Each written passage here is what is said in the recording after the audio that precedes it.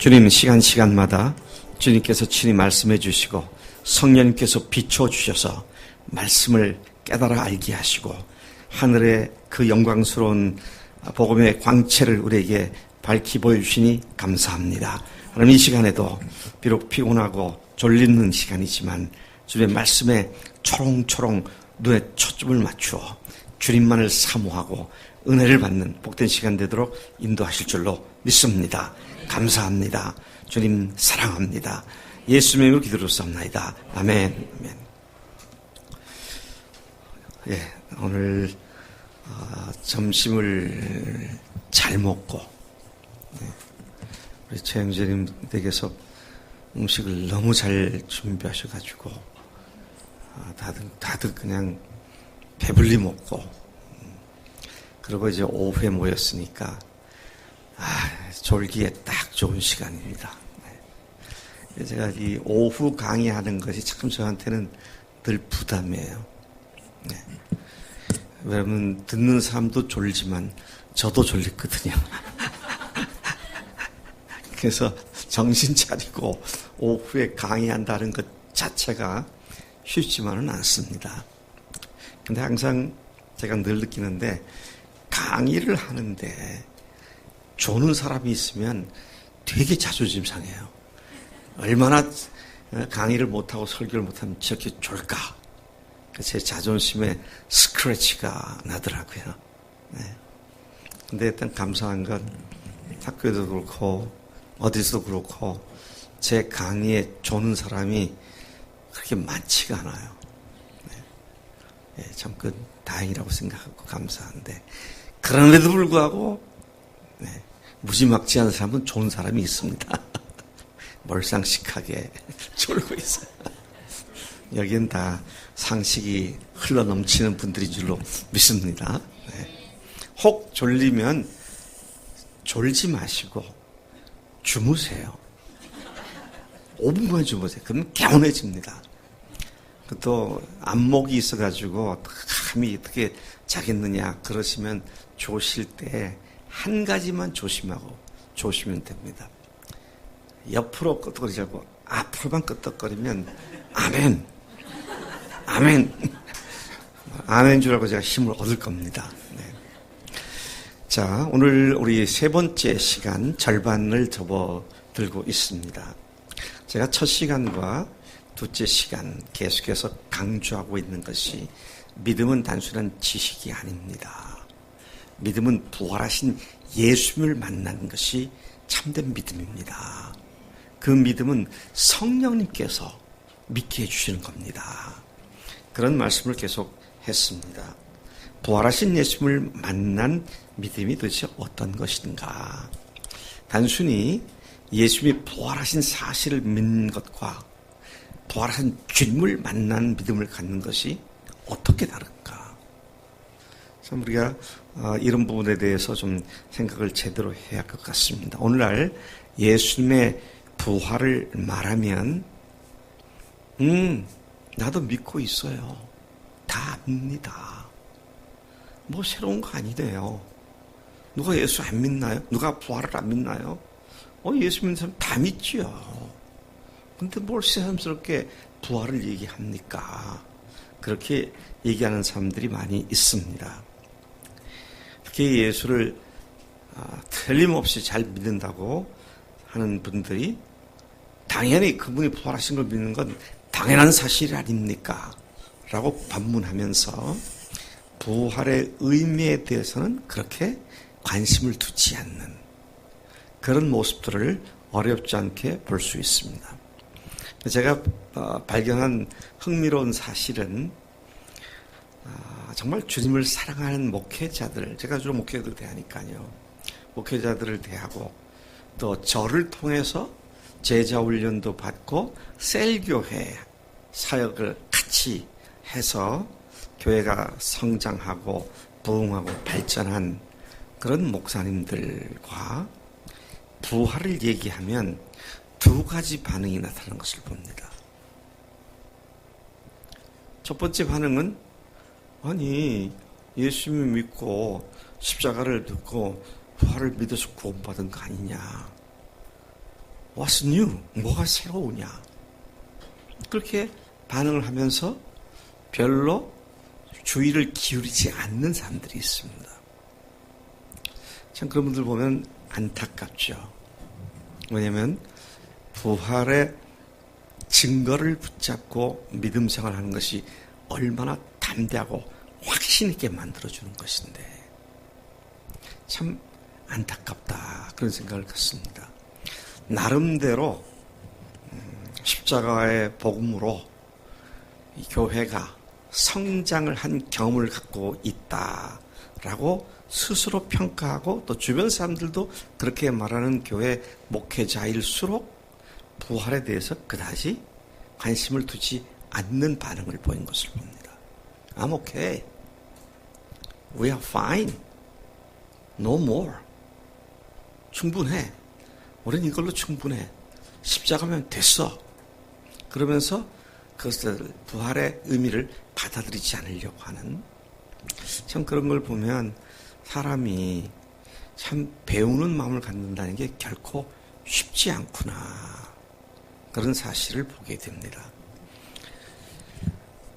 그런 교회들 중에 어떤 교회는 정말 피나는 노력으로 그리스도의 주님이란 사실 앞에 굴복하도록 정말 전투적인 삶을 살아서 드디어 예수님 앞에 굴복했다라고 하는 그런 간증들을 쏟아내는 교회들도 있습니다. 좀 엄청난 싸움을 통해서 도달을 하게 되는 걸 봅니다. 근데 그분들이 그 교회 교인들이 부활로 업그레이드가 되면 굉장한 폭발적 역사가 일어날 텐데 그런 안타까움을 갖게 됩니다. 두 번째 반응은 부활 그렇죠. 그렇구나. 부활이 믿을 수 있는 증거인데 이 증거를 빼놓고 전하니까 힘들었구나. 부활이 하나님께서 우리를 사랑하시는 또 우리를 죽으셨다는 확실한 증거며 믿을 수 있는 증거로 주신 것인데 이걸 우리 교회가 재무장을 하면 놀라운 역사가 일어나겠구나. 그리고 그 말씀을 받아들여가지고 변화가 시작되는 그런 목회자들과 교회들도 있습니다. 똑같은 저를 통해서 배운 사람들인데 똑같은 그 형태로 목회를 하는데 한쪽은 더 업그레이드가 되고요. 한쪽은 거기에 그냥 주저앉아 있는 그런 모습을 보면서 참 배우는 마음을 갖는다는 것이 쉽지가 않구나. 그런 생각을 해보게 됩니다. 저는 믿는다는 것을 어떤 것으로 이해하느냐. 참 중요하다고 생각해요. 왜? 너도 나도 믿는다는 말은 다 하거든요. 근데 말은 하는데 그것이 갖고 있는 의미는 상당히 다를 수 있다는 사실을 발견하게 됩니다. 이거는 오늘 내가 주변의 사람들과 만났을 때 발견하는 그런 현상일 뿐만 아니라 이미 성경을 통하여 그때 당시에 믿었던 사람들이 믿었다고 하는데 전혀 엉뚱한 믿음을 갖고 있는 그런 사람들이 있었던 걸 통해서도 확인해 볼 수 있습니다. 여러분 사도 바울이 참 대단한 사람입니다. 네. 저는 고작 제가 가본 것 중에 제일 형편없는 나라가 네팔이었다. 근데 거기 갈 때요 비행기 타고 갔어요. 6시간밖에 안 걸려요. 안 걸어갔습니다 제가. 응? 에베레스트 산맥을 넘어가지 않았어요. 에베레스트 산맥이 아니지. 히말라야 산맥을 눈길을 걸어서 넘어가지 않았어요. 그냥 인천에서 편안하게 비행기를 타고 카트만두 공항에 딱 내려가지고 또 거기에 차로 마중 나온 사람이 또 자기 차로 저를 또 호텔에 딱 모셔가지고 편하게 쉬게 하면서 그렇게 했습니다. 근데 바울은 보면 오라는 사람도 없죠. 누가 마차를 하나 보내줍니까? 도로가 고속도로입니까? 그런데 그 강의 위협, 광야의 위험, 바다의 위험, 뜨거운 햇볕의 위험, 추위와 더위의 그 모든 것들을 겉 하나 두르고 그 먼 길을 다니면서 복음을 전했더란 것이죠. 그 열정이 참 대단한 거 아닙니까? 대단한 거 아니에요. 지금 저에게 누가 비행기 티켓 주고요, 와주세요. 그래도 계산을 한참 합니다. 내가 거기 갈 수 있겠나? 가는데 며칠 걸리고 계산을 합니다. 예. 사실 제가 조금 겁나는 데가 그 아르헨티나의 김한우 형제가 목사님 빨리 오세요 그럴까봐 지금 내가 조금 거기 30몇 시간 두고 가잖아요. 그 비행기 타고 말이에요. 근데 바울은 그냥 걸어서 몇 주일을 걸어서 그렇게 복음을 전하고 다녔잖아요. 근데 한 번은 에베소 윗지방을 갔는데 거기서 믿는 사람들 만난 거예요. 반가웠겠죠. 야, 여기 믿는 사람이 있구나. 근데 우리 열심도 있어요. 와, 열심히 믿는 사람이구나. 근데 그들이 믿는다고 하는데 얘기를 가만히 들어보니까 좀 뭐가 이상해. 이 사람들이 믿는다고? 더더구나 또 자기들이 제자라 그래, 제자. 그래서 제자로 그렇게 스스로 자처하는 사람들인데 이 사람들이 좀 이상하다. 그래서 사도 바울이 물어봅니다. 너희들이 믿을 때에 성령을 받았느냐? 그러니까 바울이 딱 진단했을 때는 이 사람들이 성령을 모르고 있는 사람들이구나. 성령으로 말미암은 믿음에 서 있는 것이 아니구나. 그걸 딱 진단을 한 겁니다. 그래서 제자들이라고 하는 그 사람들에게 너희들이 믿을 때에 성령을 받았느냐? 그러니까 그들이 뭐라고 하면 아니라 우리는 성령이 있다는 말을 들어본 적도 없다. 그러니까 바울이 더 이상해진 거예요. 아니, 성령으로 말미암아 믿음을 가진 제자들이 아니라면 도대체 이 사람들이 뭘 믿었느냐? 그래서 다시 물어봅니다. 너희들이 침례를 받았다는데 무슨 침례를 받았느냐? 그게 그들이 대답한 말이 요한의 침례를 받았다고. 그러니까 바울이 딱 알아챈 겁니다. 아하, 이 사람들이 회개까지는 했는데 부활하신 주님까지는 몰랐구나. 그래서 다시 그들에게 복음을 설명하고 침례를 주니까 성령께서 임하셔서 그들이 정말로 주님의 제자로 주님의 사람들로 거듭난 분명한 증거들이 나타나게 되었다는 것이죠. 그럼 사람들이 또 이 말을 또 엉뚱하게 이용해서 설명을 하더라고요. 잘 보세요. 여러분, 성령을 언제 받습니까? 성령을 언제 받아요? 네? 네, 예수님을 영접할 때, 예수님을 주님으로 모셔드릴 때 성령께서 그걸 깨닫게 하시고 조명해 주셔서 아멘! 그리고 이제 믿어드릴 때 성령께서 들어오시죠. 근데 어떤 사람이 이렇게 얘기를 해요. 봐라, 여기에 에베소에 있는 그 제자들이 처음에는 성령을 몰랐다가 나중에 침례를 받게 되니까 성령이 임하지 않았느냐. 그러니까 믿는 것으로 어느 시점이 지난 뒤에 성령께서 임하신다. 이 증거다. 그렇게 말을 하는데 참 성경을 잘 봐야 합니다.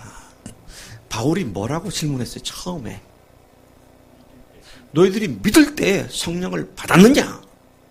그러니까 바울은 성령을 언제 받는다고 믿은 겁니까? 믿을 때 받는다고 그랬어요.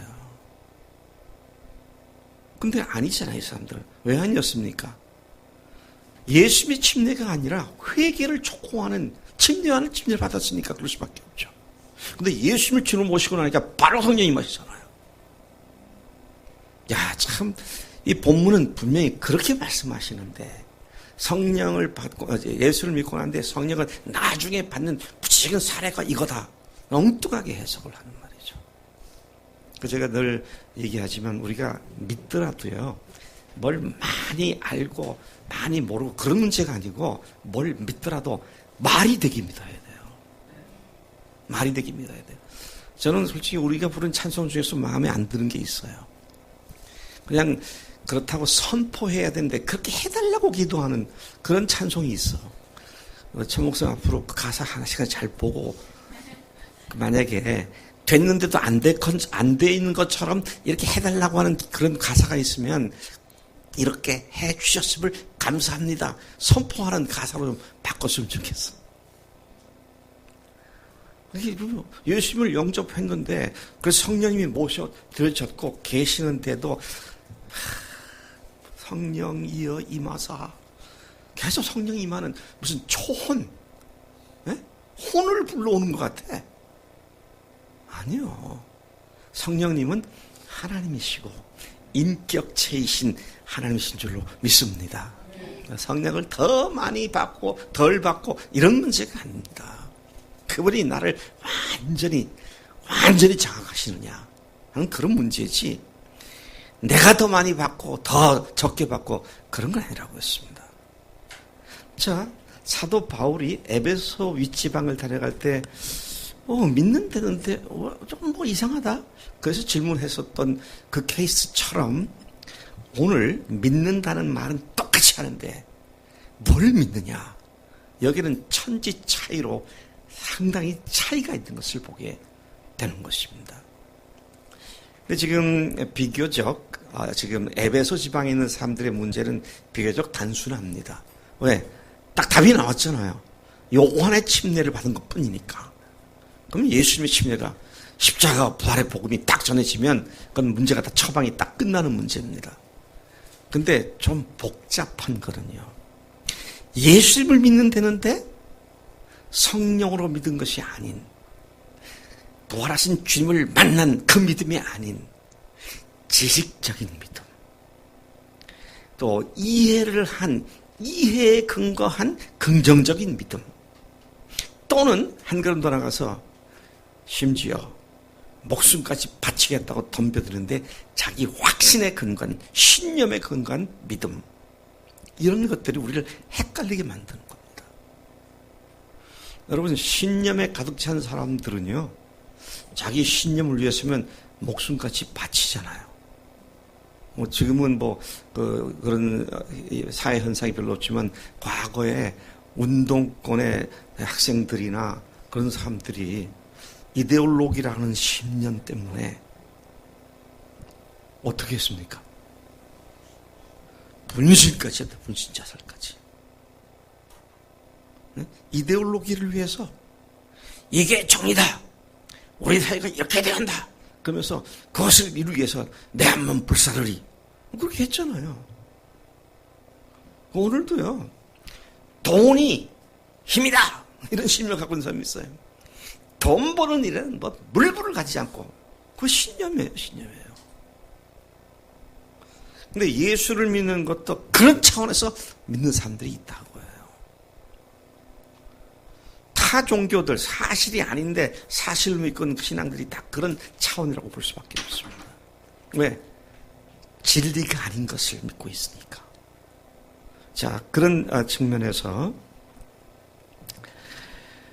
우리가 믿는다고 하는 예수님, 십자가와 부활, 그리고 주님으로 모셔드리는 믿음, 이런 것들을 우리가 최대한 잘 살펴서 우리 스스로를 속이거나 또 스스로 속거나 그런 믿음이 아니고, 아침에도 말씀드렸습니다만 나는 주님 안다고 하는데 주님은 날 모르신다고 한다면 이건 보통 문제가 아니잖아요.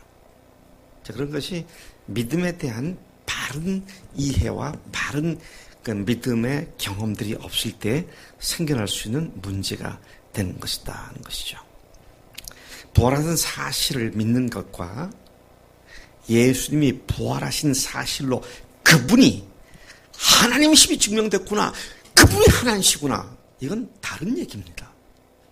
부활하신 사실을 믿습니다 하는 것하고요, 부활하신 그분이 하나님이십니다, 그건 다른 얘기예요. 이거는요, 그냥 전자는 그런 팩트를 믿는다는 겁니다. 팩트를.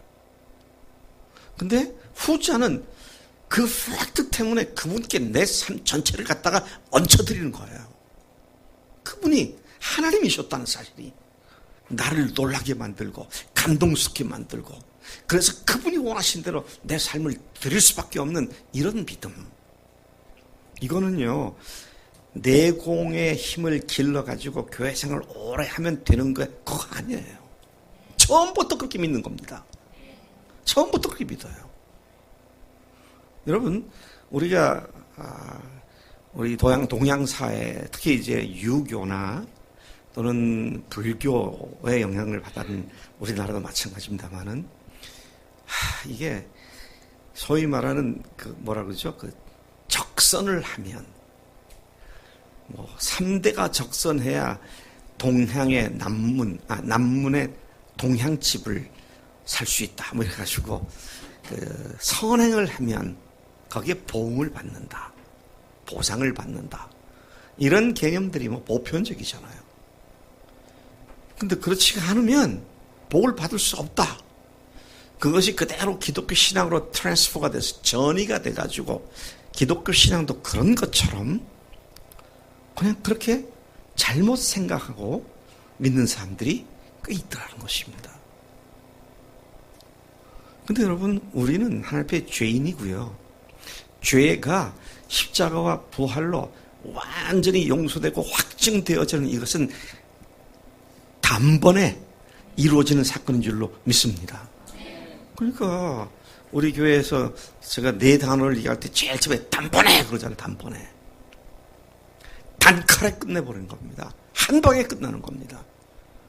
근데 과거에 이스라엘의 제사제도를 보면 때마다 시마다 매일 반복해서 또 짐승의 피를 갖고 제사 드리고 또 드리고 또 드리고 끊임없이 드렸죠. 근데 주님이 오셔서는 당신 자신의 피로 단번에, 옛날 우리 개역 성경에 영단번에 그런 말씀도 해요. 영단번. 영단번이 뭐냐면 once, 한 번이죠. once for all. 모든 것을 한 번에 끝내버렸다.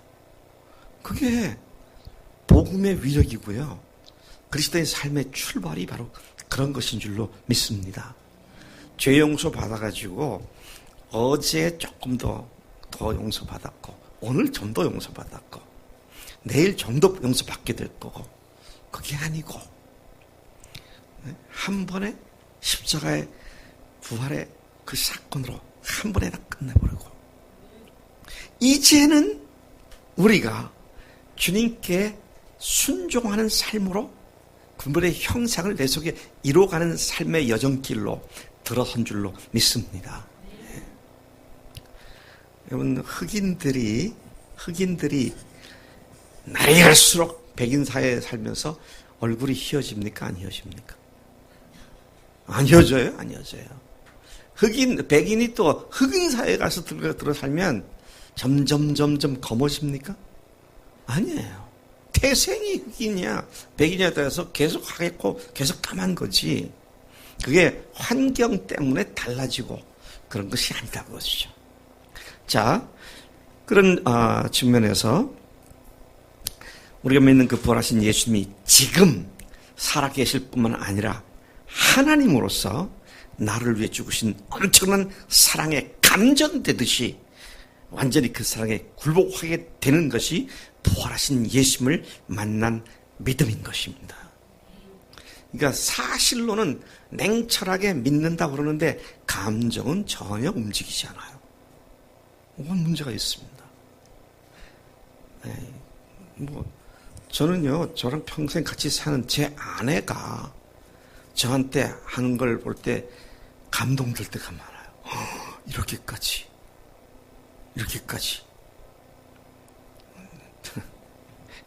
아침에 나올 때 오늘 쉬는 시간에 날 먹으라고 과일을 좀 갖고 왔다 그러더라고요. 뭘 먹겠냐고 나가 물어요. 그래서 뭐 있냐 그랬더니 사과는 아니구나. 복숭아, 자두, 포도 3개를 갖고 왔대요. 많이도 갖고 왔다. 그래도 점심 먹고 뭐 먹겠냐고 해서 자두. 그랬더니 근데 과일을 안 주더라고. 분명히 얘기했는데 안 줘요. 그랬더니 한 2시 10분 전쯤에 들어와가지고 여보 내가 당신 준다고 자두 씻어놓고 안 놓고 밑에 왔다 갔다 하면서 딴짓했는데 미안하다고. 아니 저야 뭐 미안할 거 없죠. 10분 전에 갖다 줬으니 먹으니까 좋죠. 근데 그것 때문에 미안하다고. 참 제가 감동을 안 받을 수 없잖아요. 네. 아이고 아침마다 개 밥 주고 고양이 밥 주고 물 떠주고 바깥 청소하는데 해독 주스 딱 갈아가지고 요즘은 이제 제가 조건화가 됐어요. 조건 반사로 딱 한참 하고 있는데 뒷 유리 창문을 탁탁탁탁 두들기면 제가 하던 일 딱 멈추고 쫓아갑니다. 근데 제가 옆에 있으니까 안 보이는데 그래도 다행인 건 개들이 나를 보고 있다가 우리 집 사람이 문 두드리는 창문 쪽으로 딱 보고 그 다음에 내가 또 보고 하니까 이 사람은 이제 개 보고 이 사람이 옆에 있구나 하는 거 알죠. 그래서 탁 쫓아가가지고 받아 먹죠. 한결같아요. 우리 자매님들 남편들한테 그렇게 하세요? 물어봐야겠다. 이해숙 자매님은 그거보다 더 하시죠? 받아 먹어요. 와. 영경아, 그런 건 본받지 마.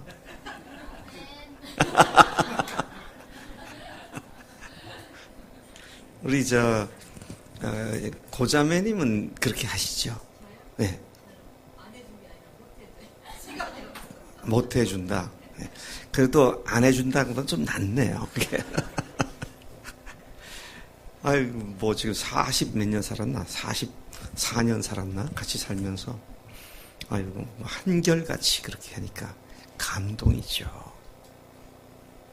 근데 우리 주님께서는 모든 일에 소상하게 다 챙기시고 돌보시고, 그리고 근본적으로 우리를 위해 죽으셨고 지금 나와 함께 동행하시고 하는 이런 것들이 지금 아까 그랬습니다. 부활하신 사실을 믿는 거하고요. 부활하신 예수님을 하나님으로 믿는 거하고 다르다고. 하나는 팩트를 믿는 거고 하나는 인격체이신 하나님 믿는 거고 확연히 다릅니다. 여러분. 그래서 우리들의 초점이 객관적 사건과 사실에 맞춰져 있느냐 아니면 주님 그분께 맞춰져 있느냐. 자, 이것이 핵심적인 문제가 되는 것이다 하는 것이죠. 그 사랑에 감동되어 하나님이신 예수님, 나를 위해 죽으시고 부활하신 그 하나님 앞에 영원히 무릎을 꿇고 그분께 내 삶의 주인 자리를 완전히 양도해 드리고 내가 주인된 죄를 회개하고 당신이신 나의 주인이십니다. 뭘 하더라도 주님의 주님의 뜻을 여쭙고 그냥 저는 순종만 하며 살겠습니다. 아멘. 이게 부활하신 주님을 만난 사람의 삶이라고 하시죠. 이건 레알입니다. 레알. 실제예요. 실제. 왜? 그분이 살아계셔서 나와 함께 지금 살고 계시니까. 여러분, 제가 뒤에 하려고 준비해놓은 말인데 먼저 딱 던져놓고 얘기를 해야겠나요?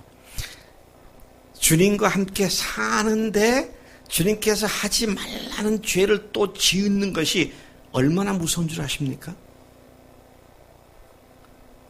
엄청나게 큰 죄악입니다. 왜요? 주님이 내 안에서 말씀하시고 또 하지 말 것을 성령을 통해서 깨우치시고 하는데도 불구하고 그 주님을 밟고 넘어가니까 죄를 짓는 겁니다. 종종 TV 사극이나 어떤 드라마 같은 데 보면 아들이 어떻게 하려고 그러니까 아버지나 어머니가 나를 밟고 넘어가라! 그러잖아요. 예수를 주님으로 모신 사람들이 그냥 대수롭지 않게 죄를 짓는 거, 그게 예수님을 밟고 넘어가는 겁니다, 그게요. 그분이 하지 말라시는데 욕심에 끌려가지고 넘어가는 거. 이건 심각한 문제입니다. 수양에 참석해라. 근데 다른 이유로 참석 안 하려고 그러고, 주님 넘어가는 거예요, 넘어가는 거예요. 여러분, 그냥 단순해요. 저는 이 그리스도 안에 사는 삶이 참 단순하다고 생각합니다. 뭐가 단순하냐? 그분이 나를 위해 죽으셨고 부활하셔서 이제 내 주님이 되셨으니, 그분이 내 주님이시니 나의 유일한 관심은 뭐만 하면 됩니까? 그분의 말씀에 순종만 하면 돼요. 순종했을 때 어떤 결과가 올 것이고, 그랬을 때 나한테 어떻게 이득이 되고, 어떻게 이것이 나한테 문제가 되고, 따질 거 하나도 없어요. 그냥 순종만 하면 됩니다. 야, 제가 목사 생활하면서도 참 많이 따졌었습니다. 원래 저는 그렇게 해야 한다고 생각했어요. 그래야 주님 앞에서 규모 있는 삶을 살고, 시간을 최대한 전략하고, 자원들을 잘 활용해서 주님의 나라를 위해서 유용하게 쓰임받을 수 있지. 그리고 계산을 많이 했습니다. 근데 수년 전에 그거 다 포기했어요. 아이고, 포기하고 나니까 얼마나 자유롭고 쉬운지 말이에요. 계산할 때는 무겁고, 될까? 안 될까? 이렇게 했다가 안 되면 망하지? 뭐 이런 생각 때문에 날마다 왔다 갔다 하는데, 딱 포기하고 나니까요, 주님이 하시니까, 주님이 하실 줄로 믿습니다. 잘 안 되면요, 주님 때가 아닌가 보죠? 기다리겠습니다. 제가 옛날 같았으면요, 제 책이 영어로 출판이 안 된 사실에서 제가 굉장히 화가 나 있을 거예요. 굉장히 비판적이었을 겁니다. 누구한테 대해서? 미국 출판업자들에 대해서. 제 사위가 지금 이렇게 접촉을 해보니까 그쪽에서 대답하는 얘기가 뭐냐면, 몇 군데에서 얘기하는 것이, 한국의 신학교 교수의 책은 우리가 출판하지 않습니다. 왜 안 하느냐 했더니, 인지도가 워낙 없어서 잘 안 팔릴 것이 뻔하기 때문에. 참 제가 하여튼 속에서 옛날 같았으면 우회를 해서라도 공격을 해대고, 너희들이 이거 레이시즘 아니냐, 인종차별하냐, 그렇게도 막 접근해 봤을지 모르겠는데, 딱 그 얘기를 들었을 때 조금 기대가 못 미치니까 섭섭하지만, 주님께서 타이밍을 조절하고 계시는구나. 제가 지금요, 그 책이 영어로 번역돼 가지고 아마존닷컴에서 팔리기 시작하면 당장 주님의 기쁜 교회 목회자 자리를 사임을 해야 될지도 몰라요.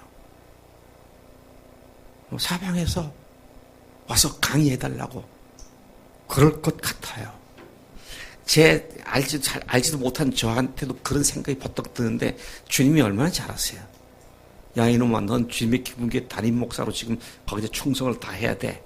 영어로 번역된 건 좀 기다려. 그러시는 것 같아. 아멘? 그러니까 화날 게 없어요. 방해하는 사람이 있다.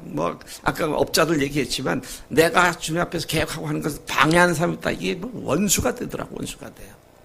그래서 주님을 위해서 일을 하면 할수록 미워하는 사람들이 자꾸 생기더라고요. 근데 주님이 하시죠. 저는 하여튼 하신 데까지는 하는데, 주님이 열어주시면 그 문으로 들어가고 또 그렇게 가겠습니다. 무책임한 인간입니까? 박 목사 큰일 났다. 우리 교회를 박 목사, 담임 목사가 우리가 어디를 갈지 모르겠다. 걱정되세요? 박 목사가 계획하고 끌고 가지 않는 게 참 감사합니다. 제가 여러분들 어디를 끌고 가겠어요? 저도 모르는 데를 끌고 가겠죠. 물론 하나님 말씀을 갖고 이 뜻이라고 하면서 말이죠. 근데 주님이 하시는 대로 여기까지십니까? 알겠습니다. 그랬더니 생각지도 않은 네팔어가 제일 먼저 번역되잖아요. 참 하나님이 하신 일이 참 묘합니다. 그러니까 내 팔을 갖다 오라니까 거기에 할 일이 쫙 보이니까 내년 4월에 여러분들 제가 이제 가을을 갈 쯤에 네팔 선교 같이 갈 사람들 제가 모집을 할 건데요. 거기서 할 일이 굉장히 효과적으로 좋은 그런 것들이 눈에 확 보이더라고요. 중국도 계속 그렇게 하는데 이번에 그 모종의 사건 때문에 약간 제동이 걸리는 게 아닌가. 네.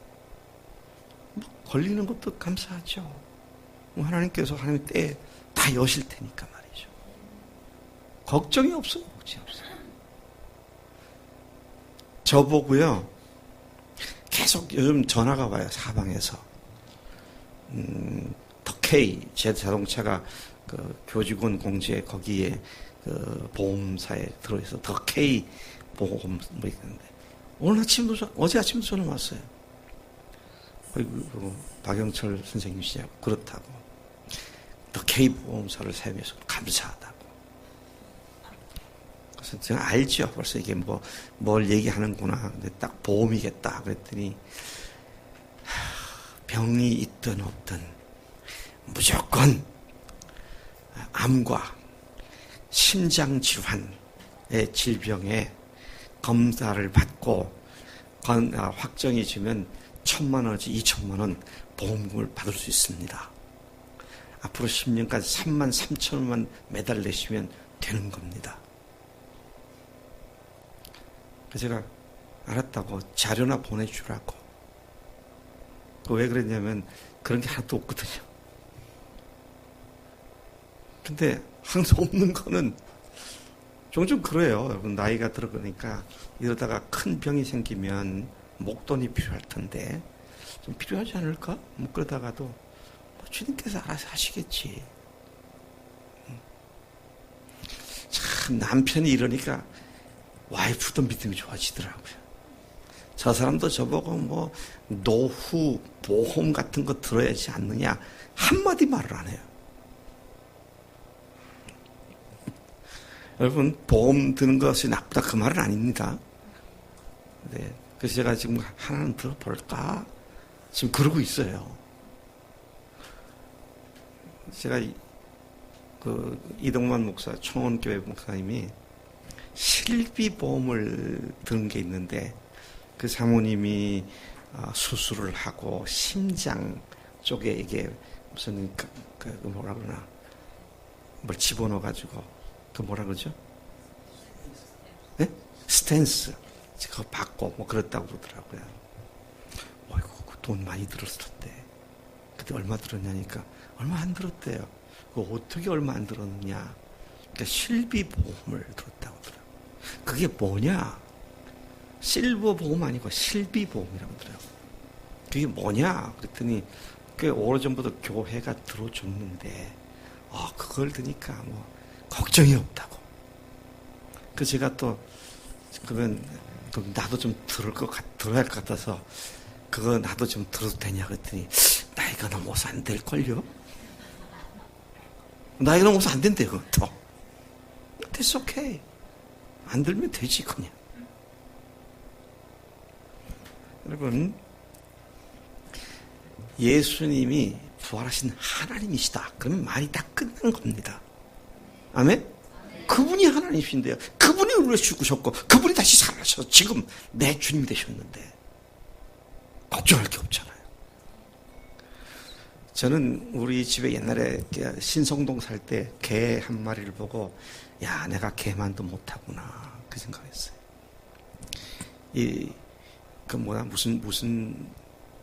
무슨 개 있죠? 애완견. 뭐라 그러지?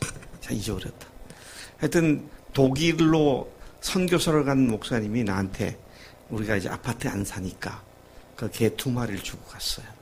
근데 그 중에 한 마리는 아주 수컷인데 용맹스럽습니다. 요만한 건데요. 이게 제가 친구가 진돗개 큰 걸 하나 줘가지고 집에 데려왔더니 저보다 한 4-5배 큰 진돗개한테 막 달라붙는 거예요. 막 달라붙는 거예요. 한 입감도 안 되는 게. 그러다가 나중에는 한 3일 그래서 안 되겠다 싶어서 그 개를 돌려줬어요. 근데 어느 날 제가 저녁에 퇴근할 쯤 됐는데 집에서 급하게 전화가 온 겁니다. 여보, 큰일 났다고. 뭐냐 그랬더니 우리 개가 밖에 나가가지고 동네 진돗개한테 물려서 축 늘어져서 죽게 됐다고. 아직은 살아있지만 죽게 됐다고. 그래서 제가 열심히 또 택시 타고 집으로 달려갔잖아요. 가서 보니까 완전히 죽은 거라면 마찬가지입니다. 그래서 왜 이 개가 진돗개한테 물렸느냐.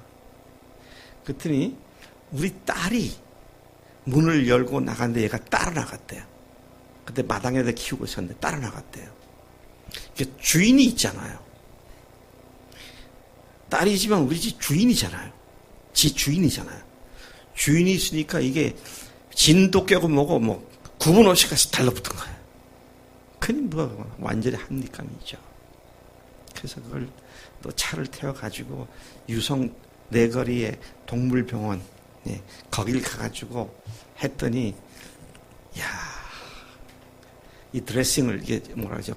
꿰매는 거를 66번을 꿰맨 거예요. 그리고 이제 링거를 맞고 뭐 이렇게 하고 살아났어요. 살아났다. 다행이다. 이제 와야 되잖아요. 치료비가 얼마입니까? 그러니까 12만 원이래요. 유성장에서 5천 원 사는 갠데. 근데 제가 그 개랑 몇 년을 사귀어 놓으니까 데리고 키우다 보니까 12만 원이 아깝지가 않더라고요. 아까웠어요. 근데 그걸 선뜻 내게 되더라고요. 그래서 내가 그걸 딱 경험해서 난 개만도 못하구나. 지 주인 백 믿고 뛰쳐나갔는데 하나님이 내 아버지신데 부활하신 예수님 나의 주님이신데 뭘 재고 뭘 망설이고.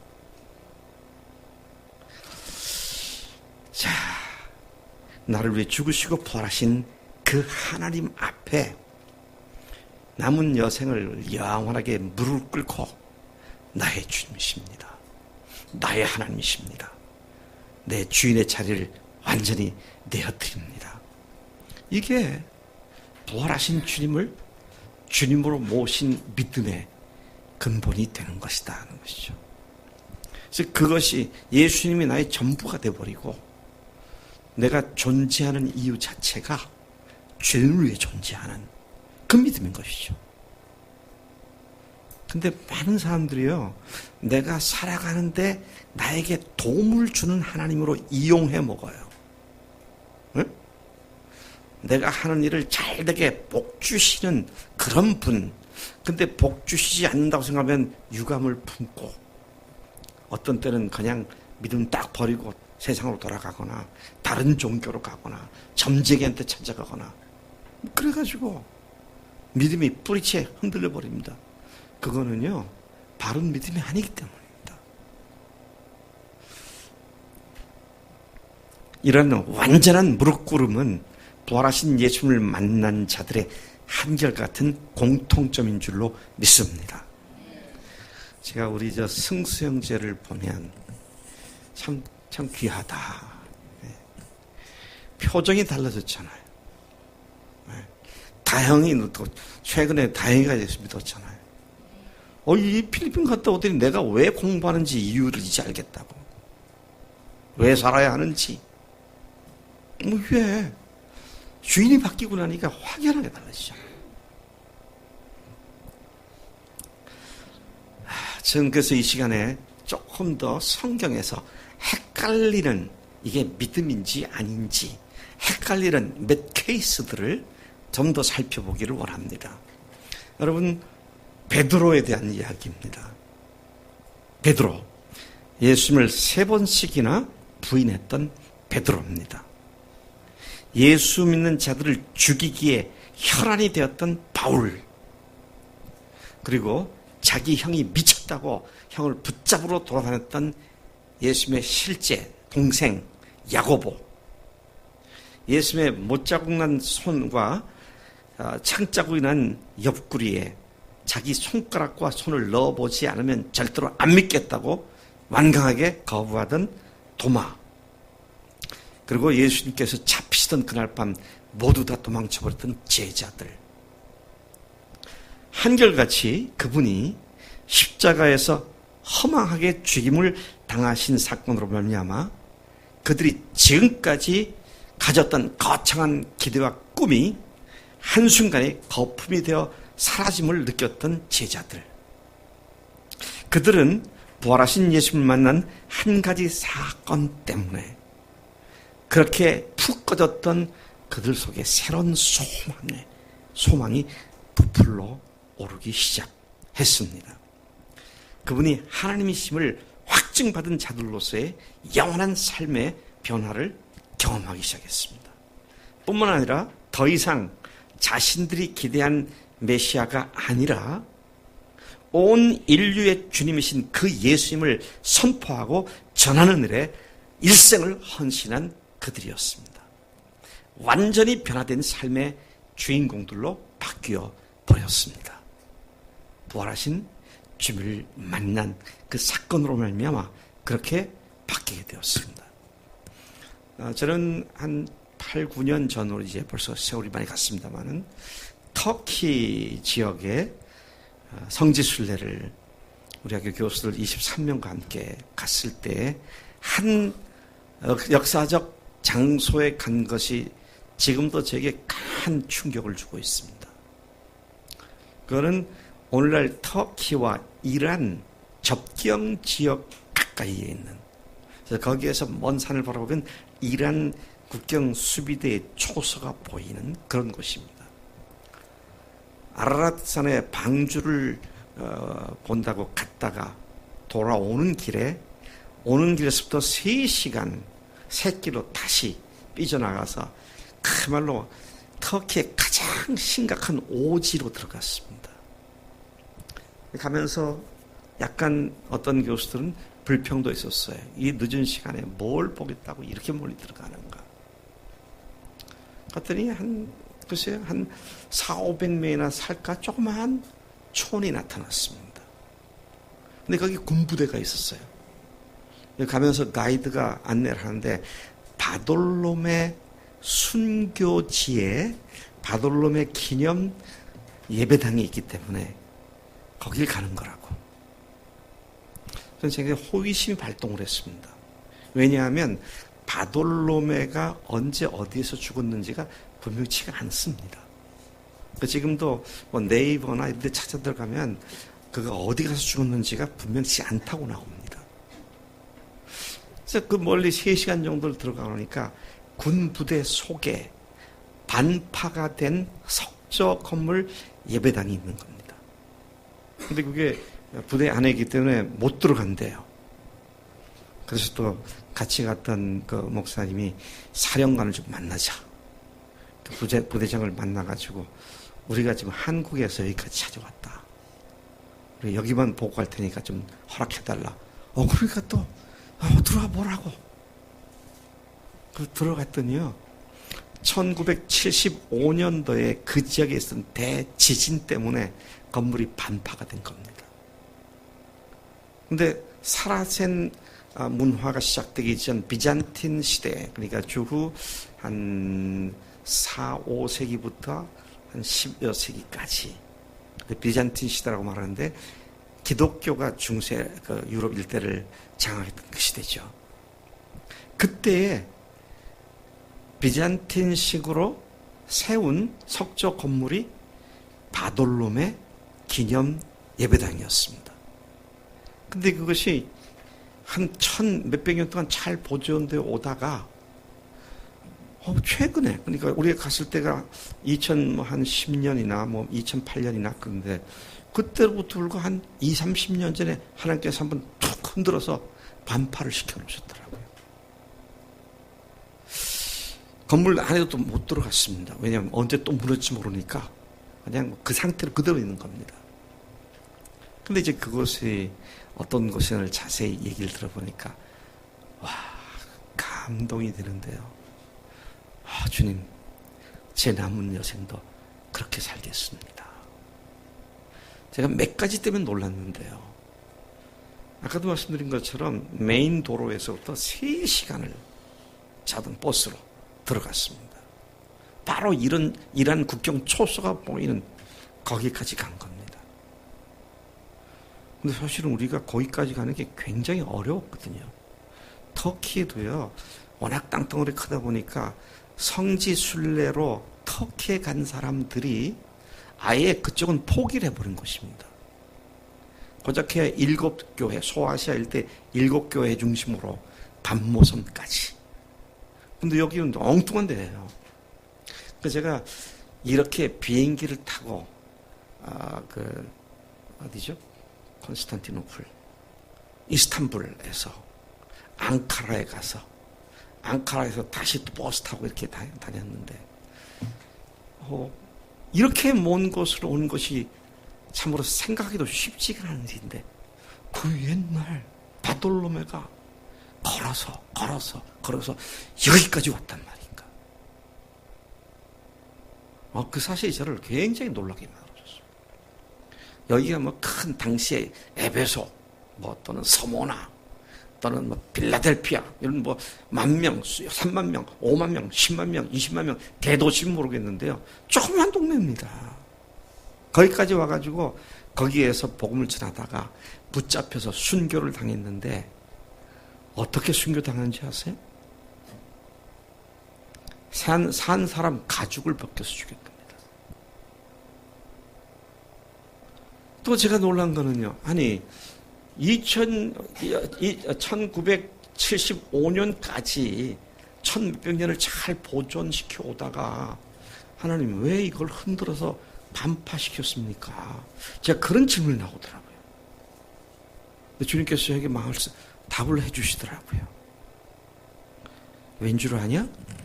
내가 바돌로메를 사랑하기 때문이다. 그런 생각지도 못했던 그 생각이 딱 마음속에 다가오는 거예요. 아니 건물을 반파시켜 놓은 게 뭘 사랑하기 때문입니까? 그랬더니 주님께서 뭐라는지 아세요? 지금까지 바돌로메가 어디서 죽었는지 너도 몰랐지. 근데 이제는 이게 어디에서 죽었는지 여기 나와 있지 않냐. 근데 사람들이 와서 바돌로메 기념교회 아름다운 조각품과 그 석조 건물의 웅장함 이런 것에 빠지지 않고 바돌로메가 어떻게 여기까지 와서 죽었는지 그것에 초점 맞추기 위해서 그래서 하늘나라에서 그가 상급을 계속 유지할 수 있기 위해서 내가 그렇게 했다. 그런 음성을 들린 건 아닌데 제 마음이 그렇게 갑자기 그게 딱 그렇게 받아오지더라고요. 그래서 제가 그때 하나님께 기도했어요. 주님, 저도 그렇게 살겠습니다. 제 삶의 뒷부분에 제가 영광 받고 그 하늘나라에서 받을 영광 가로채는 일이 없게 주님께로만 충성 다하겠습니다.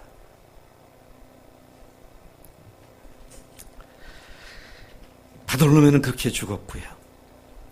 도마는 인도까지 가서 창이 그 몸을 관통하는 그런 죽임을 당했고 십자가에서 거꾸로 매달아 로마에서 순교한 베드로, 로마 감옥에서 참수형을 당한 바울의 순교, 그들은 한결같이 부활하신 예수님을 만난 사건으로 영원히 주인이 바뀌었고 삶이 바뀐 사람들이었습니다. 그야말로 목숨을 다하여 나를 사랑하라 하신 그 말씀이 그들의 남은 여생에서 그대로 말씀이 이루어진 그런 삶을 산 사람들이죠.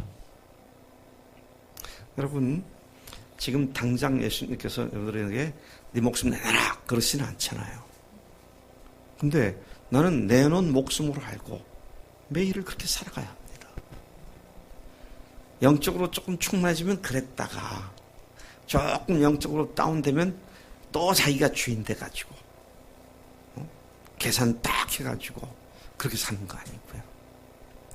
아까도 말씀드렸지만 그런 계산을 하니까 너무 편해. 너무 자유롭고요. 부활하신 예수님을 만난 믿음이란 무엇이냐? 어떻게 그런 믿음을 가질 수 있느냐? 성경이 말하는 믿음은 무언가를 단순히 아는 지식을 믿음이라고 하지 않습니다. 또 믿음은 어떤 사실을 이해하고 인정하고 긍정적으로 받아들이는 것이 그게 믿음이 아닙니다. 그건 이해한 거죠. 그리고 긍정적 태도를 갖는 겁니다. 믿음은 어떤 것을 이해하고 동의하며 확신하는 신념도 아닙니다.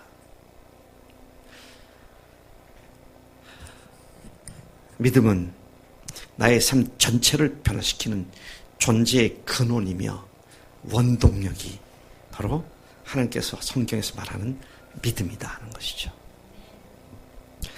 단순히 지식으로 알았던 사례를, 예수님을 지식으로 알고 있었던 사례를 성경에서 찾아봅니다.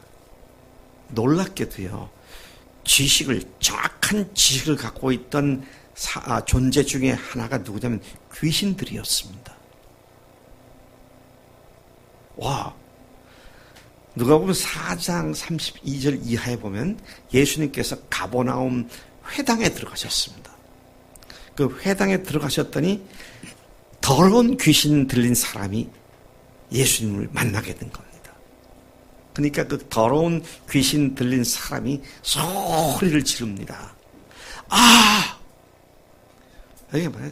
감탄사를 말합니다. 아! 나사렛 예수여! 우리가 당신과 무슨 상관이 있나이까? 우리를 멸하시러 왔나이까? 그 다음에 뭐라고 했어요? 나는 당신이 누군 줄 아노니 하나님의 거룩한 자니이다. 귀신이 바로 알았습니까? 몰랐습니까? 정확하게 알았습니다. 정확하게 알았어요. 그러니까 예수님을 안다, 십자가를 안다, 부활을 안다는 정도의 믿음은 귀신도 갖고 있는 겁니다. 또 누가복음 8장에 보시면 예수님께서 거라사 지방에 배를 타고 건너갑니다. 그런데 거기에 무덤 사이에 쇠사슬에 묶여있던 귀신 들린 사람이 있었습니다. 예수님과 그쪽으로 가시니까 8장 28절에 보니까 예수를 보고 부르짖으며 그 앞에 엎드려 큰 소리로 불러 이르되 지극히 높으신 하나님의 아들 예수여. 와, 이 귀신 들린 사람이 예수님을 지극히 높으신 하나님의 아들 예수여. 정확합니까? 안 합니까? 정확한 얘기예요. 다른 지식을 갖고 있었습니다. 응? 당신이 나와 무슨 상관이 있나이까? 당신께 구원하니 나를 괴롭게 하지 마옵소서. 이 귀신들이 이런 지식은 갖고 있었지만 뭘 싫어했어요? 예수님과 관계될까 봐 싫어했습니다. 오늘 그런 사람 많습니다. 예수님에 대해서 잘 알아요. 백과사전적 지식을 갖고 예수님이 어디서 태어났고 언제 어떻게 죽으셨고 부활하셨다. 나도 안다. 그런 사람 많이 있어요. 근데 그분과 관계 맺고 싶지는 않다는 거죠. 지식은 그냥 지식일 뿐입니다. 또 어떤 사실을 인정하고 그것을 긍정적으로 받아들인 사례가 베드로라고 얘기할 수 있습니다. 베드로. 마태복음 16장 16절에서 당신은, 우리 성경에 보면 주는 그리스도시요 살아계신 하나님의 아들이신다. 근데 헬라어 원어로는 주란 말도 안 합니다. 헬라어 원어에 보면요, 당신은 you are 그렇게 얘기해요. 당신은 그리스도시요 살아계신 하나님의 아들이시니다. 우리말로 그것이 왜 주로 번역되는지 잘 이해가 안 되는데요. 어떤 사본에는 당신이다 그렇게 돼 있으면 뭐 어떤 주라고 돼 있는 것이 있는데 어떤 건 당신으로 돼 있다 그렇지만 여러분들 갖고 있는 성경 보세요. 거기에 나나주 표시해 놓고 헬 당신은 그렇게 돼 있어요. 헬라어로는 당신으로 돼 있는 거예요. 당신은 그리스도시요 살아계신 하나님의 아들이시니다. 아까 누가 이거 비슷한 얘기 했잖아요. 누가 했어요? 귀신이 한 겁니다. 귀신이요.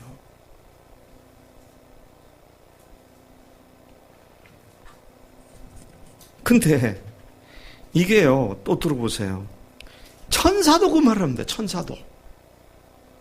천사가 누가복음 1장 31절 32절에서 예수님이 잉태한 사실을 마리아에게 고지할 때에 보라 내가 잉태하여 아들을 낳으리니 그 이름을 예수라 하라.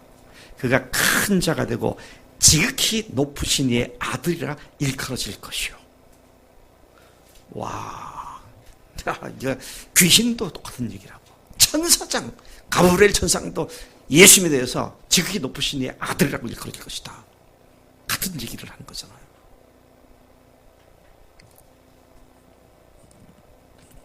근데 도마도 그러잖아요. 도마가 대답하여 이르되 나는 나의 주님이시여 나의 하나님이시다. 근데 여기에서는 베드로하고 현격한 차이가 있는 고백을 하는 것을 보게 되는 것입니다.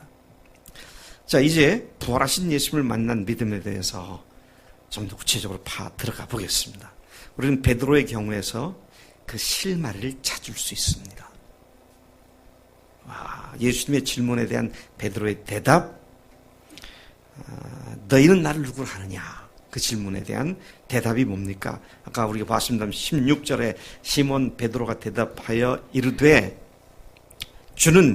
당신은 그리스도시여 살아계신 하나님의 아들이시니이다. 이 대답을 아주 잘했습니다. 그러니까 예수님께서 그 뒤에 17절부터 20절까지의 베드로를 칭찬하시고요. 또 이름도 바꿔주시고 또 천국 열쇠도 맡기시고 이런 칭찬을 하셨습니다. 예. 베드로의 고백은 정답이었습니다. 한 점도 틀린 말이 아니었어요.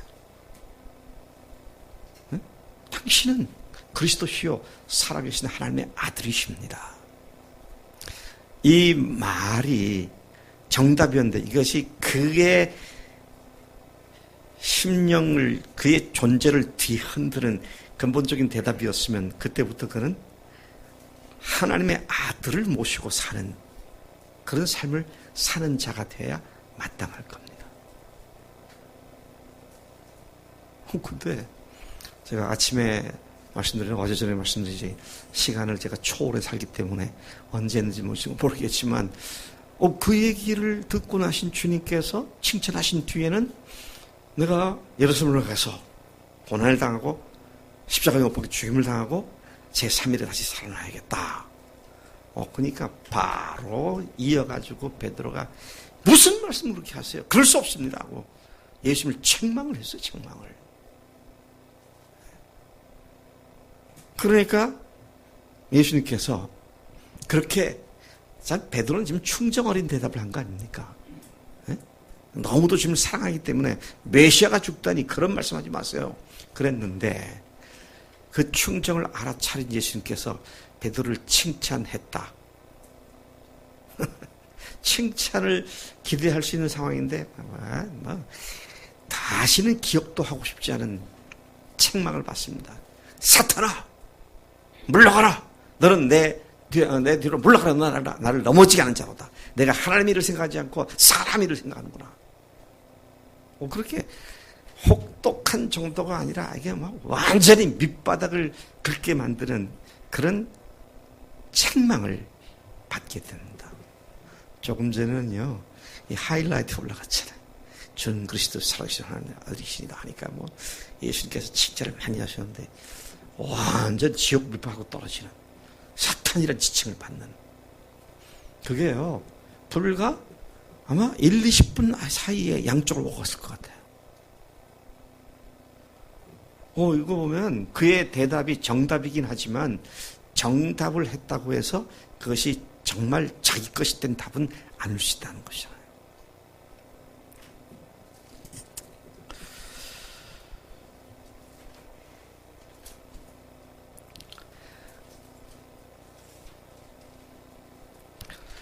16장 23절에서 그렇게 예수께서 돌이켜 베드로에게 이르시되 사탄아 내 뒤로 물러가라. 넌 나를 넘어지게 하는 자로다. 네가 하나님 일을 생각하지 아니하고 도리어 사람 일을 생각하는도다 하시고, 그 고백에 대해서 예수님이 칭찬하셨지만 그 그 후에도 베드로의 믿음을 인정하지 않으시는 주님의 또 다른 말씀을 발견할 수 있습니다. 아마 베드로가 참 속이 상했을 것 같아.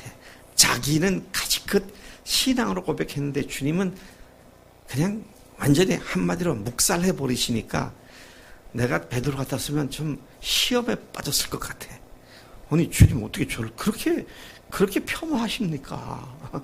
저를 그렇게 형편없는 걸 보시지 마세요.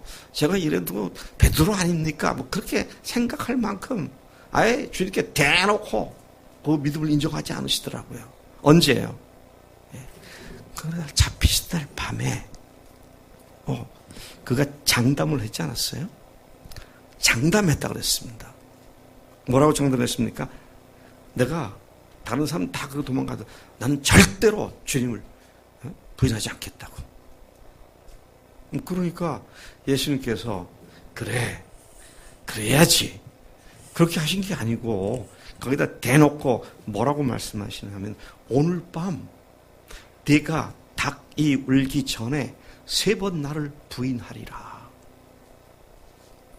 참 야속한 장면이 아닙니까? 이렇게 주님을 위해서 목숨까지 버리면서 쫓아가겠다는데 그건 뭐 알아주지도 않고 목숨을 버려? 그냥 우리가 하는 말로 하자면 웃기지 마라. 네가 오늘 밤에 나 3번 부인할 거야. 두고 봐. 이렇게 하시니까 베드로가 얼마나 섭섭할 수 있는 상황입니까? 이게 왜 주님께서 이렇게 인정 안 하셨을까요? 그게 신념이었기 때문입니다. 왜 신념이었습니까? 베드로가 기대한 건 뭐였어요? 예수님을 누구로 믿은 겁니까? 이스라엘의 왕으로 믿었어요. 자기 마음대로 믿은 거예요. 근데 그분이 누구냐? 하나님의 아들이라고 믿은 겁니다.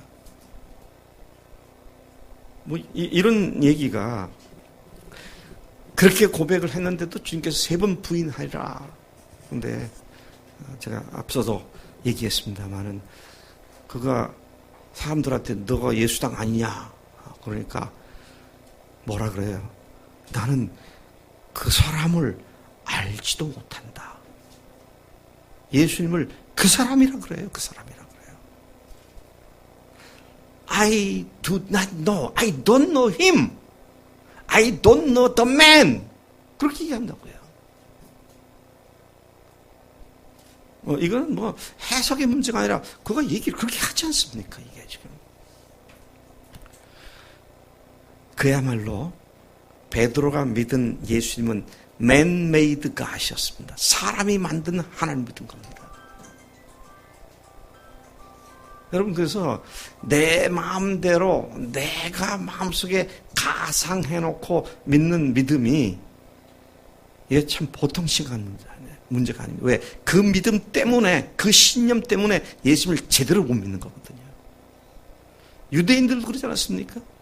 유대인들이 메시아가 예수가 나사렛에서 촌뜨기가 그러면서요. 그들이 딱 갖고 있던 선입견과 편견을 가지고 딱 거부해버리고 그걸 잡아 죽이는 그런 일을 하지 않습니까? 자기가 만든 하나님, 자기가 자기 식대로 믿는 예수, 이것이 얼마나 위험한지 몰라요. 예수 믿는 건 삶을 잘 되라고 믿는 거니까 어쨌든 예수 믿는 삶이 잘 되면 되지. 아니라니까요. 제가 어제 첫 시간에 그랬지 않습니까? 성경 어디에도 우리가 행복하게 되도록 하나님께서 믿으라고 말씀하시지 않았다고 말이죠. 그런데 어떻게 이런 믿음이 보편화가 되어 있는지 모르겠어요. 자신이 원하는 바를 들어주고 복 주시는 하나님으로 믿는 이런 분들 말이죠. 그렇지 못한 하나님이다. 그렇게 하지 않는 하나님이다.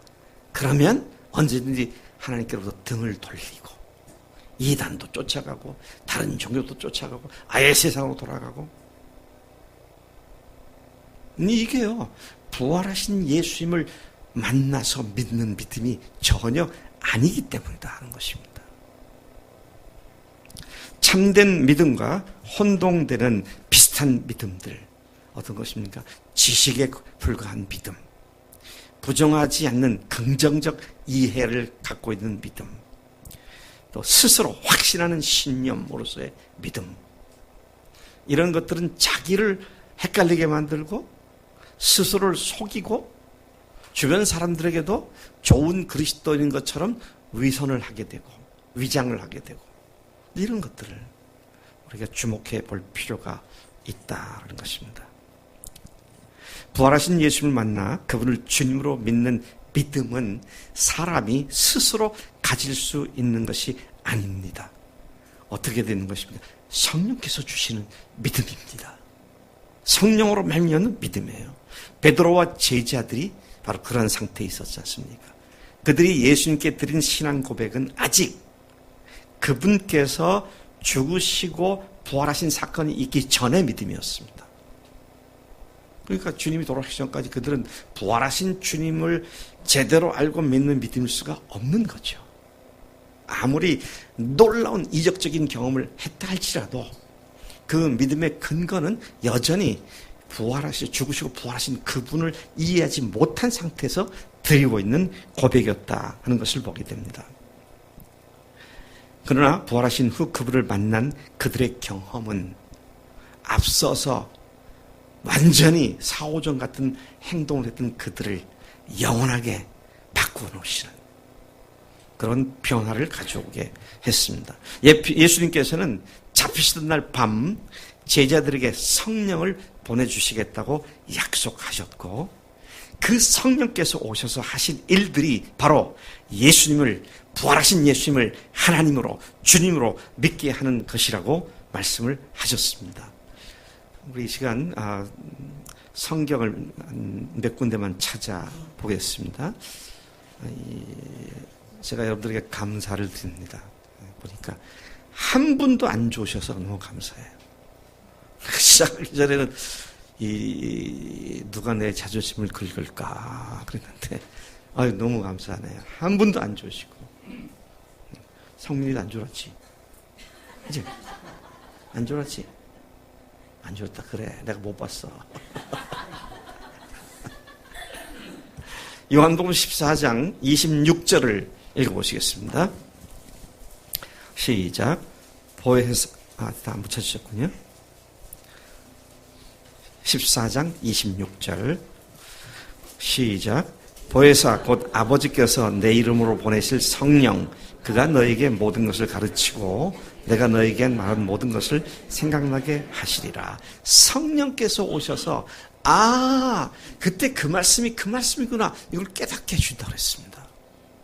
내가 너희들이 얘기했던 걸 다 생각나게 하신다고 했습니다. 와, 주님께서 하신 말씀이 이거였구나. 이거를 알게 해주신 분이 성령님이다 그러셨어요. 아멘? 여러분, 이게 성경을 읽다 보니까 너무 재밌어요. 저는 이 부활복음으로 다시 정리를 한 것이 이제 만 7년이 됐는데요. 요즘도 성경을 보면, 와, 구약이 이 말씀이었구나. 이게 보여주는 것이 너무 재미있어요. 성경이 다시 보이더라고요. 네. 그러니까 쌍난 지팡이도 이게 부활이구나. 이게 보이는 거죠. 전 누구한테 들은 거 아닙니다. 그러다가 우리 손녀가 할아버지 우리 학교에 좋은 선생님 계신데요. 우리 선생님이 가르쳐 주셨어요. 그 뜻이 뭔지 아냐? 부활이에요. 제가 약간은 기가 죽더라고요. 얘한테 이렇게 가르친 선생님이 있었구나. 너무 기쁘고. 이게 참 알고 모르는 것과 굉장한 차이가 있는데 성령께서 그 진리를 깨닫게 하시고 주님의 말씀을 생각나게 하시고 그것이 딱 관통돼서 깨닫게 하시는 그런 일을 하시는 줄로 믿습니다. 부활이 증거구나. 이걸 믿게 하시는 분이 성령님이시고 말이죠. 또 예수님께서 14장과 요한복음 14장과 16장에서 집중적으로 내가 가는 것이 너희들에게 유익하다. 왜냐하면 내가 가면 보혜사 성령님을 보내주시는데 그분이 오셔서 하실 일들이 이런 거다. 한번 보겠습니다. 요한복음 16장 7절부터 몇 구절을 쭉 읽어 내려가겠습니다. 16장 7절 그렇게 읽겠습니다. 시작. 그러나 내가 너에게 실상을 말하노니 내가 떠나가는 것이 너에게 유익이라. 내가 떠나가지 아니하면 보혜사가 너에게로 오시지 아니할 것이요 가면 내가 그를 너에게 보내리니. 이거 약속한 겁니다. 내가 가면 보혜사 성령을 보낼 것인데, 그 다음에 8절 그 하시는 일이 뭐냐. 시작. 그가 와서 죄에 대하여 의에 대하여 심판에 대하여 세상을 책망하시리라. 죄에 대하여 함은 그들이 나를 믿지 아니하며 의에 대하여 함은 내가 아버지께로 가니 너희가 다시 나를 보지 못하며 심판에 대하여 함은 이 세상 임금이 심판을 받았음이라. 그분이 오셔서 하실 메인 잡, 주된 일이 뭐냐. 죄의 심판을 책망하신다. 세상을 그것하고 책망하신다. 책망한다는 말을 다른 번역으로 보면은요, 확신시켜 주신다. 깨닫게 하신다. 그렇게 말하셨어요. 아, 이게 죄가 이거구나.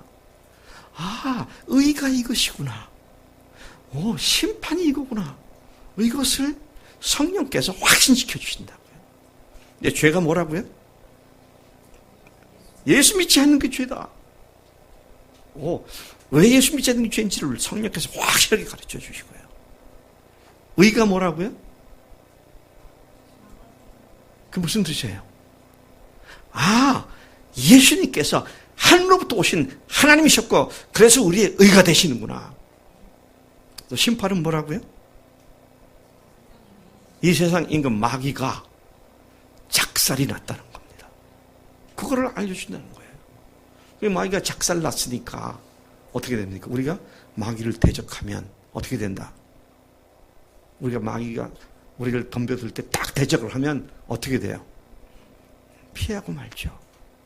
그러니까 마귀가 우리한테 어쩔 수 없는 것이 예수님께서 이미 그 마귀의 대갈통, 뱀의 대갈통을 밟아서 박살을 냈기 때문에 그놈이 우리를 갖다가 어찌할 수 없다고 하는. 근데 그것을 성령께서 깨닫게 하시고 확신시켜 주신다고. 이 성령께서 우리 가운데 계심을 찬양합니다. 네. 그 다음에 그 밑에 쭉 나오는데요. 12절부터 조금만 더 보겠습니다. 12절 시작. 내가 아직도 너에게 이를 것이 많으나 지금은 너희가 감당하지 못하리라. 그러나 진리의 성령이 오시면 그가 너희를 모든 진리 가운데로 인도하시리니 그가 스스로 말하지 않고 오직 들은 것을 말하며 장래일을 너희에게 알리시리라. 그가 내 영광을 나타내리니 내 것을 가지고 너에게 알리시겠습니다. 무릇 아버지께 있는 모든 것은 다 내 것이라. 그러므로 내가 말하기를 내가 그것을 가지고 너에게 알리리라 하였노라. 여러분, 분명히 주님께서 선포하셨습니다. 뭘? 성령께서 오셔서 자기 마음대로 말하지 않고 듣는 것, 아버지께로 듣는 것, 그리고 내 것을 가지고 너희들에게 알게 하겠다. 그래서 여러분, 성령 받았다고 그러고 성령 받아서 성령께서 나에게 이렇게 말씀하셨다. 그건 조심해야 합니다. 성령께서 나에게 계시해 주셨다. 예언 주셨다. 그럼 제가 뭐라고 그러더냐?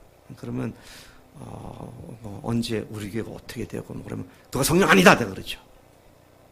어떤 사람 또 성령 받았다고 얘기합니다. 성경에서 말씀하셨다. 어쩌면 뭐라고 하시느냐? 내가 너를 영원히 버리지 않고 함께 있으라. 그 성령님 맞다. 누가 그런 말씀하셨기 때문에? 주님이 그렇게 말씀하셨으니까. 근데 뭐 주님이 점쟁이처럼 며칠 후에는 어디로 가서 동쪽에 가서 귀인을 만날 것이고 뭐 그런 거 아니에요. 자기 마음대로 성령께서 말씀하신다고 안 했습니다. 내 것을 가지고 너희들에게 그가 듣는 것을 가지고 말씀하신다고 했습니다. 근데 장래일을 알리신다고. 와, 장래일에 관한 성경에 말씀하신 어마어마한 비밀들이 있잖아요. 그것들을 알게 하시고 보게 하시고. 제가 아까 그렇지 않았어요? 동성애 이게 시대 끝에 왔다는 말세의 징조라고요. 성령께서 저에게 그렇게 확신을 주세요. 왜? 성경에서 그런 사회는 끝장났었거든요.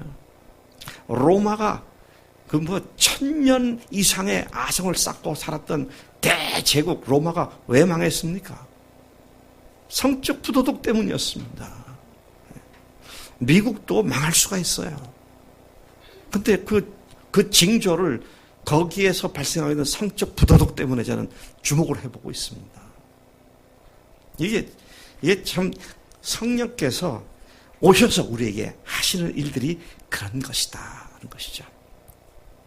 자, 그래서 예수님이 부활하신 하나님이시구나. 야, 그분이 하나님이시기에 제가 모두 다 용서되었고 단번에 모든 죄가 완전히 영원히 해결됐구나. 이 사실을 움직일 수 없는 확신을 갖고 믿음으로 딱 선포하게 하시는 분이 성령님이신 줄로 믿습니다. 여러분, 팩트로 사실로 죽으시고 부활하셨고 성령을 보내서 그것이 바로 우리에게 주신 하나님의 표적이다. 이걸 확신시켜 주셨고, 그러니까 뭐 2중 3중으로 하나님께서 우리가 흔들리지 않는 그런 증거들로 딱 세워주신 줄로 믿습니다. 여러분, 그래서요, 믿음이라고 하는 것이, 다시 말씀드립니다, 부활하신 예수님을 주님으로 만난 믿음이 참된 믿음인데, 그것은 사실을 믿는 것이 아니라 하나님 자신이신 예수님 그분을 하나님으로 믿는 것이다. 그걸 믿으면 그 다음에 제가 늘 얘기하잖아요. 그분이 그런 분이라고 믿어지면 다 끝난 얘기라고요. 고윤정 자매가 이 두 아이들을 어떻게 키울까 고민할 것도 없어. 하나님께서 아버지가 되셨고 예수님이 주인 되셨으니까 말이죠. 김혜림이가 나는 말 탄 남자를 만날까? 뭘 걱정해요? 저기 젊은 아이들이, 청년들이 실수하는 게 뭔지 아세요?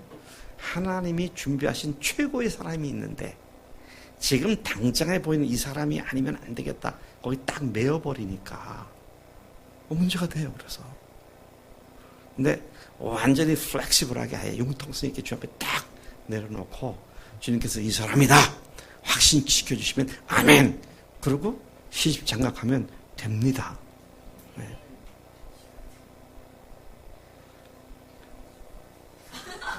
아멘. 아멘. 아멘. 승수. 아멘. 네. 난 승수 걱정하지 않아. 네. 믿음에 딱 서 있으니까 말이죠. 보혈형제. 아멘. 아멘. 근데 문제가 하나 있어. 기도해야 돼. 그러니까 가만히 있으면 안 돼. 하나님 누굴 주시려고요? 주실 줄 믿습니다. 기도해야 돼요. 우리 박 전사님도 그 모자라는 고군 메꾸는 거 그거 하나님께서 해줄 줄 믿고 아멘 하면 될 줄 믿습니다. 네. 참 바늘구멍 뚫듯이 어려운 일인 것도 주님께는 아무것도 아니잖아요. 네. 여러분들 한 사람 한 사람 보니까 각 사람들의 문제가 이렇게 보이네요. 제가 믿음이 없네요. 여러분들 얼굴에서 다 예신만 보여야 되는데 여러분, 너희 염려를 다 주께 맡겨버리라. 이는 저가 너희를 권고하심이라. 옛날 성경에는 권고하심이라 그랬고요. 개역 개정에는 이는 저가 너희를 돌보심이라. 제가 미국에서 유학할 때 아이들이, 초등학교 아이들, 그 다음에 또 청소년들이 뭐라 그러면 who cares 그러더라고요. who cares? 누가 관심이라 갖는데 who cares? 그렇게 그게 뭐 유행처럼 그렇게 쓰더라고요. 그래서 내가 그러죠. Jesus cares you. 예수님 너를 돌보신다. 여러분, 부활하신 예수님이 하나님이시기에, 그리고 그분이 나의 주님이시기에 걱정 없이 주 앞에 믿음을 가지고 달려나가는 것이 믿음, 하나님께서 인정하시는 부활을 근거로 예수님을 주님으로 모신 참된 믿음인 줄로 믿습니다. 제가 이것도 참 그렇네. 준비해 놓은 게 아직 안 끝났는데 오늘은 제가 한 5분이라도 더 보너스를 드려야겠다. 그래서 내가 아까 시작하기 전에 오늘은 시간 되기 전에 끝내야겠다. 그럼 교인들이 얼마나 기뻐할까.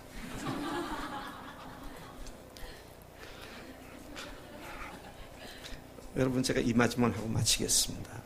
성경에 수없이 말씀하고 있는데요.